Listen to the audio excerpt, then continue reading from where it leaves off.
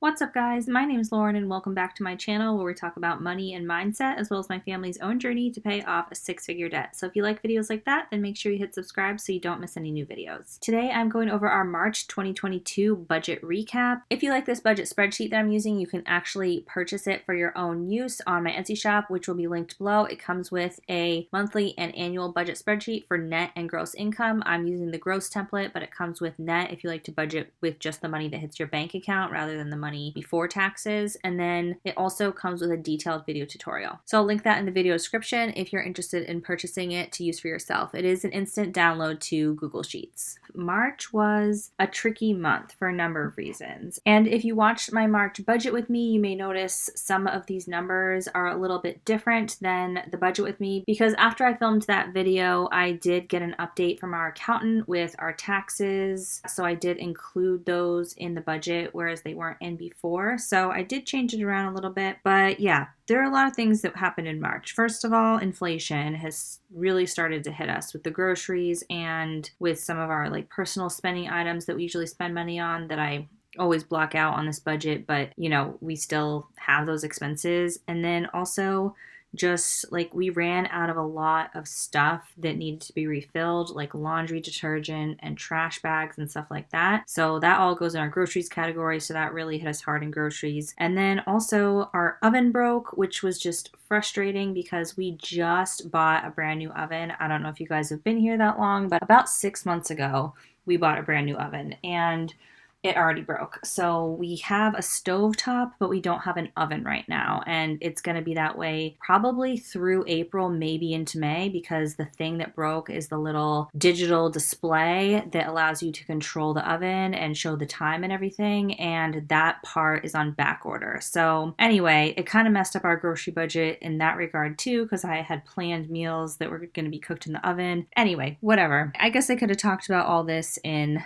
the grocery section of the budget, but I just wanted to vent up front because March was a frustrating month. So even though it was a frustrating month though, we did manage to do a lot of good stuff. So let's jump into it. First of all, our total income we expected for March was $13,195, and that's exactly how much we received. So we were able to stay on budget for a lot of stuff. Just some of our sinking funds went negative. I guess that was the hard part of the month. But anyway, so taxes and insurance, we projected $2,040 for taxes, and it was actually $2,057. And then for insurance, we had budgeted $398, and we actually paid $398. So for taxes and insurance this month, we paid $2,455. Next, for pay yourself first, which is investing, we have my husband's 401k, and we contributed $1,576. That was $788 per paycheck. And if we were keeping it at that amount every single paycheck, we would max out his 401k at just under $20,500. But as I showed you guys in our April budget with me, we are going down to the employer match. We're only doing $300 per paycheck for April, May, and June, and then revisiting things then. And there's a few reasons for that I went into in that video, so I'll link that video below if you want to check it out and see me go through our April budget. But yeah, it's funny because I am not one to slow down on goals just because I've got other stuff going on in life, for example, right now, particularly being pregnant. But as we approach my due date, I am feeling more like I want to just give myself a little bit of a break on being so aggressive with our goals and not necessarily spend more in other areas, but just be more careful about keeping our sinking funds positive in particular. So yeah, again, we'll talk about that as we go through the sinking funds. But I just want to make sure that especially with inflation and a baby coming, we are not putting too much to debt and investing that we can't keep up with maintaining all of our regular expenses and somewhat irregular expenses that might come up in sinking funds. Next, we've got my brokerage account. So I had budgeted $50 and I did put $50 into my brokerage account. The account that I am using right now is M1 Finance. And for a long time, they had a referral program where if you guys sign up for an account, you get $50 and I also get $50. And I actually got 5 or 6 referrals this month. I can't remember exactly, but I only invested 50 of it and the rest of it just went into our normal income. So thank you guys for using my link. Their promotion did end, so I think it's down to $10 now. I'll have to double check in a few days because it said different things in a couple places on their app because I think they're like in the process of updating it. So one place still said 50, another spot I saw it said 10. So if you do want to sign up for an account and invest along with me, you may get $50, but I think you'll probably more likely get $10 for opening your account. And so I will put my referral link in the video description if you want to check that out. So total for investing this month, we invested $1,626. Next, for the debt section, we had budgeted $830 to pay towards my husband's student loan, which we did pay as the minimum payment, and then $1,882 towards my student loan, which is also the minimum payment. And then we had budgeted $241 for extra debt payments, and we actually paid $288. So that was $47 more than we planned to pay, and we were at like $265 or so. And then I noticed we were really close to hitting $3,000 for the month. So I found an extra couple dollars in our budget. You'll see that in the sinking funds. But yeah, I took it from somewhere else to make sure that we could hit that $3,000 towards debt for the month because I was really wanting to hit that at some point this year and we hadn't done it yet in January, February. So since we were so close in March, I really wanted to make that happen. So $3,000 towards debt payments for the month of March. All right, scrolling over to our fixed expenses. So we've got our condo fee that came out at $201, our mortgage, and you'll see our mortgage is not included in our debt payments because whether we had mortgage or rent, we would still have to pay for housing. So I like to keep that in the fixed expenses and track that payoff separately. And then life insurance was $49. Internet was $106. Our security system went up by $3, so it was $28 instead of $25. But our car insurance went down by $3, so that was a wash. And then we pay for Spotify, which is our only subscription right now. I had bumped down miscellaneous to $25 because I felt like with so many sinking funds, we just really didn't need a miscellaneous category with a high amount. And it used to be $100, then I had bumped it down to $50, and then I put it down to $25. And really this month we didn't have anything miscellaneous happen. Like all of the things that we spent fell into a sinking fund category. So we spent nothing in miscellaneous this month, which makes me really happy and makes me feel like we really mastered our budget categories, because when we used to have a budget that didn't have enough categories and didn't use sinking funds, our miscellaneous could be sometimes several hundred. Like it wouldn't be unusual for us to have $300, $400, $500, $600 of miscellaneous expenses. And now, because we've really tracked everything for so long and we've nailed down our categories that we spend in for normal stuff, our miscellaneous is minimal to none. And then finally, I added this after I did the budget with me. This is what I was pointing out with the taxes. So we had to pay a little bit in taxes and pay our CPA for the tax preparation. So that was $727. So total for fixed expenses, we paid $3,092 this month. All right, moving on to the sinking funds, which is my favorite part of the budget, but not this month because it just stressed me out with how many of these have negatives in front of them. But we have a plan over the next few months to get these all to be positive and have more of a buffer in them, especially again as we approach my due date. I'm due July 7th with baby number 2. So yeah, I just don't like having negative sinking funds. And I'll show you specifically by the end of this, like how negative sinking funds can start to encroach on your emergency fund. So we keep all of these funds, everything in this list, in one bank account, which is the same bank account we do all of our bills out of. It's just a checking account. And then I track them on this spreadsheet rather than having like actual separate accounts or doing cash envelopes or anything like that. So first of all, emergency fund started out with $9,000 in it. We didn't budget to put anything in there and we didn't spend anything from there. So we did end the month with $9,000 in our emergency fund. So that is a win. I'm happy about that. Okay, next we've got groceries. So we started out with a balance of $3 in our grocery fund. We budgeted $1,200 because this was a 5-week month for us for the day we do groceries. And usually I would budget $1,250 because we do $250 a week, but I was like, maybe we can just spend $10 less a week and get by with $1,200. Well, joke's on me because that didn't even get close to happening. So we did actually put $1,200 into this fund, but then we spent $1,347 on groceries. So we ended the month with this fund at negative $144. Next, we have our vacation fund. So we started out with $457 and we budgeted nothing for this month. We actually did spend spend $220 because we are going on vacation in the month of April. So that was booking our hotel and some tickets for an aquarium that we are very excited about. And so we ended the month with $237 in that fund, which we plan on spending most of that on gas driving to where we're going and also just food while we're on vacation. So that should be close to zero by the end of April, but it should be enough to cover all of our vacation expenses. Next, we've got my husband's spending, my spending, and my toddler's spending. I block these out for privacy. I show you guys how much we fund them with in my budget with me videos at the beginning of the month, but then at the end of the month, I block out the balances because I just don't feel like we need to have people commenting or seeing how much each of us are spending for our own spending money. I mean, obviously we spend the money for my daughter, but still, it's just something we like to keep private. But I will say that some of these funds, I think actually all three of them went negative this month, which compounded the issue. So anyway, it's just some of the personal spending stuff we needed to get for ourselves that is designated to be pulled from our personal spending money just is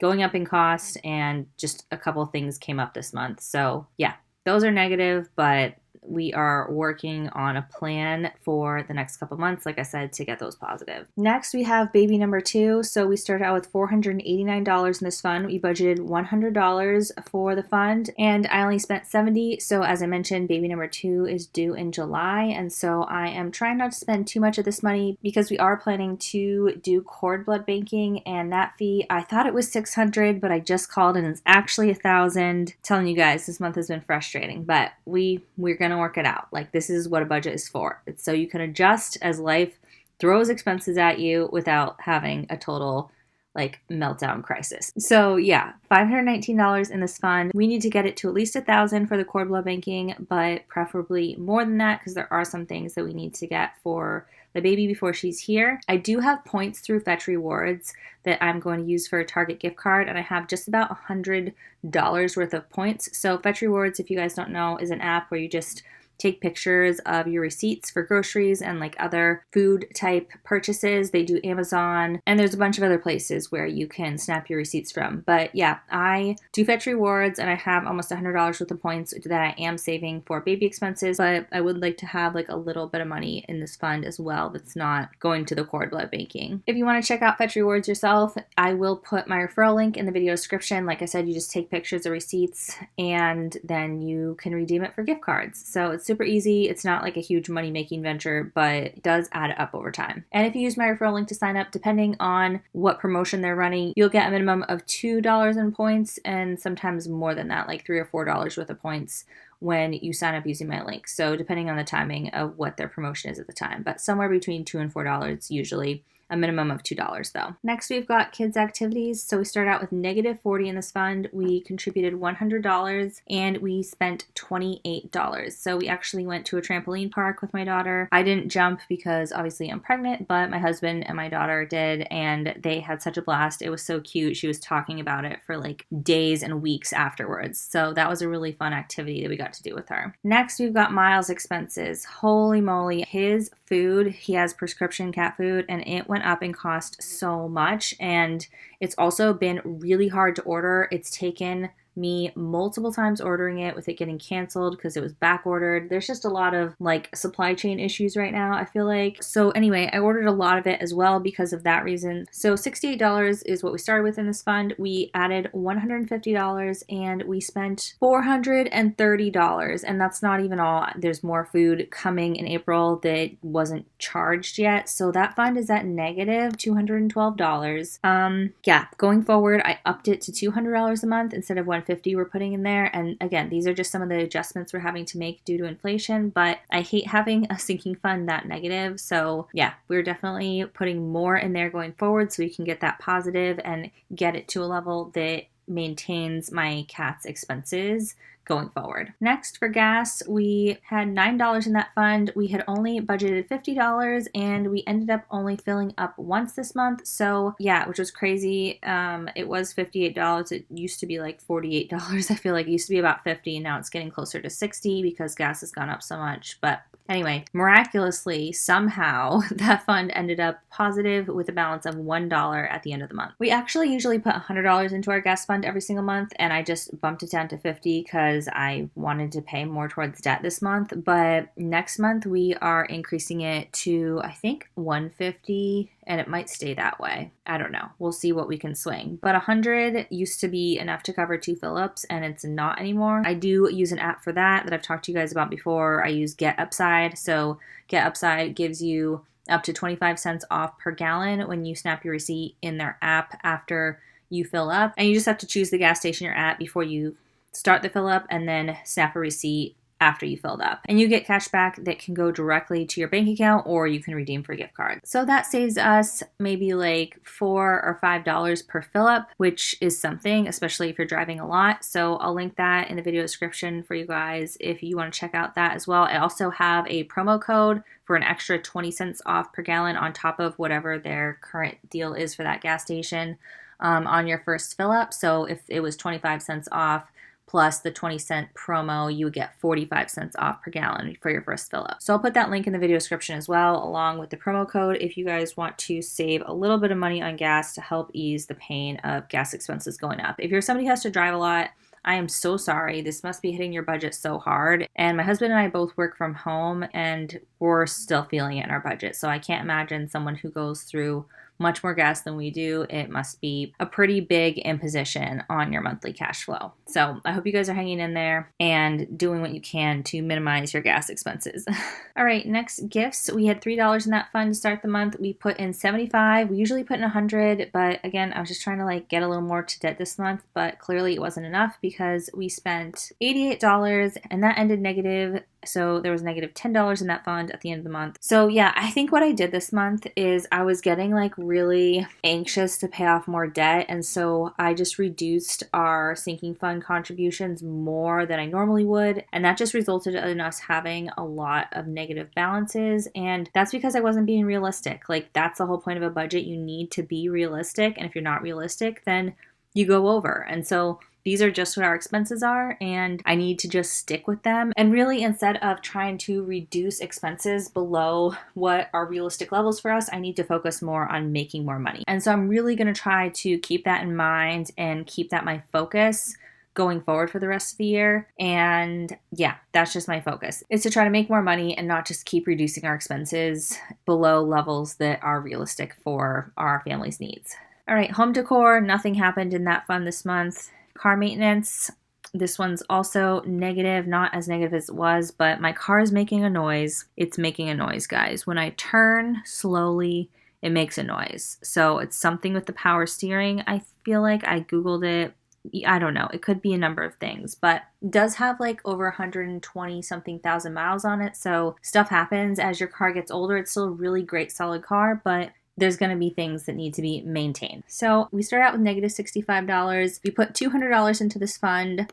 We did spend $150 this month on like registrations and car taxes and stuff that came this month. And so that fund ended at negative $15. So I can't imagine that negative $15 is going to be enough to cover whatever needs to be done to it. So again, in April, trying to be more realistic, put money into these funds that we need to maintain our family's needs, to drive safely, all that kind of good stuff. And hopefully it won't be something too crazy, but we got to keep the car in good shape because I want to keep that car absolutely as long as possible. And so the way to do that is to bring it in and get it fixed when it's making weird noises. So yeah, gonna take care of that in April. Stay tuned to see what happens. Next is house maintenance. Also very negative. So we started out with negative $28. We put $50 in there. Not enough, guys. We need to be putting more in here. I'm just not being realistic. So that's a theme. It's okay. Sometimes, even though I know these things, I need to like relearn these lessons myself when I kind of like forget. So $50 a month is not enough to maintain our house. Those expenses are higher. This month we paid $266 for house maintenance. And so we ended with a balance of negative $244. Next month, we are going to have to pay whatever fees we're going to get to repair our oven. The guy said it was $200 for him to just walk in the door and diagnose what was going on. So we haven't gotten a bill yet, but I assume they bill you after they fixed it. And then we also have our property insurance coming out in May. So it's not next month in April, but I know we're going to need like $500 in May for property insurance. So we got to just up our game with these sinking funds, put the amount in that life costs, and move on. All right, cell phone. Cell phone was uneventful. It was a fine sinking fund. I'm happy with the cell phone sinking fund. So it had $823. We budgeted $150. We spent $197, and we are at $766 there. Next, town sewer and water. These bills come out just a couple times a year, and this month was one of those months. So we started out with $281. We had budgeted $85 for this fund. We actually put $47, and that's where I got that extra money to get us to $3,000 in debt payments. I pulled it from this fund because this fund had enough money for our needs for this month. So we put a little bit less than we had budgeted for, but we only spent $160. So we ended the month with $168 in this fund. Next, utilities. This was the worst month for utilities I think we've ever had. Wait, no, I think February was worse, but this was also pretty bad. February was almost $600. This month was close to that. So we had $353 in this fund. We budgeted $300. We spent $546, and so we now have $107 left in this fund. So again, in my April budget with me, I upped this to $400. So we'll have $500 for the month of April, and hopefully that'll be enough. It has been getting warmer here. It's just hard to know how quickly the heating usage is going down and how that's going to show up in your utility bills until like you actually get the bill. Okay, and then finally, Christmas/RIAB Day. We had $100 in that fund. We contributed another $100. I spent $35, and that was on something I bought for my daughter for her birthday that's coming up in May. I saw something that I liked, and so I ordered it and spent $35 on that. And so we ended the month with $165 in that fund. So $10,831 is where we started. We budgeted $3,060. We spent $4,554. So we ended the month with $9,299 in our sinking funds. Now, as you may notice, our ending balance of our emergency fund is $9,000. So after all this, with all of our sinking funds, we really only have like $300 in sinking funds right now. And I like that to be more between $2,000 and $3,000. So it's been a rough go with the sinking funds for the last couple months. And I think two things have contributed to this. One, I was not being totally realistic and I was underfunding some of these funds. And two, inflation has been hitting us. So between those things, our sinking funds are looking sad. So my pregnant brain is telling me that in April, May, and June, we need to cut back on our investing and our debt payoff and get these sinking funds in better shape, because these are really part of our emergency fund at the end of the day and just part of our normal expenses. So I don't like having these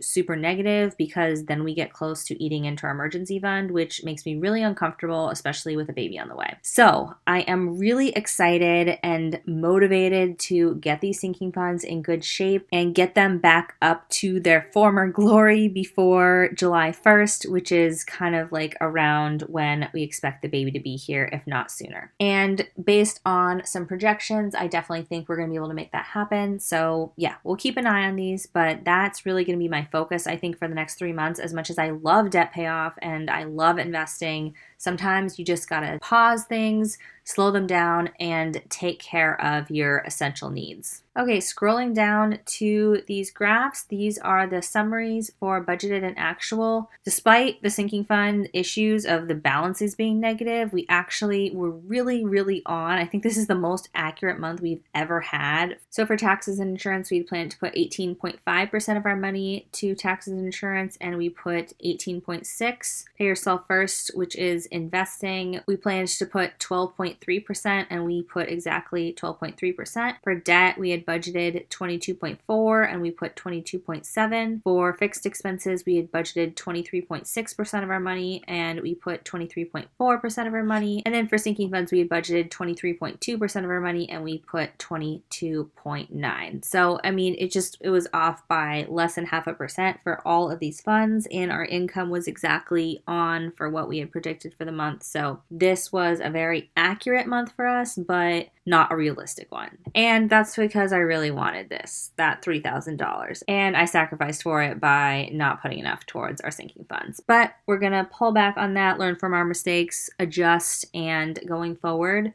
get those sinking funds in good shape so we feel comfortable that we can take care of all of the miscellaneous expenses that come up in the sinking fund categories as baby girl number 2 arrives in July. So as I mentioned before, if you like this budget template that I'm using, you can get it for yourself in my Etsy shop, which will be linked below. It's an instant download to Google Sheets, and it comes with a detailed video tutorial. If you liked this video, make sure you give it a big thumbs up, and if you want to see more videos like this from me, hit that red subscribe button. I'd love to have you as a subscriber, and I will see you guys soon in my next video. Bye!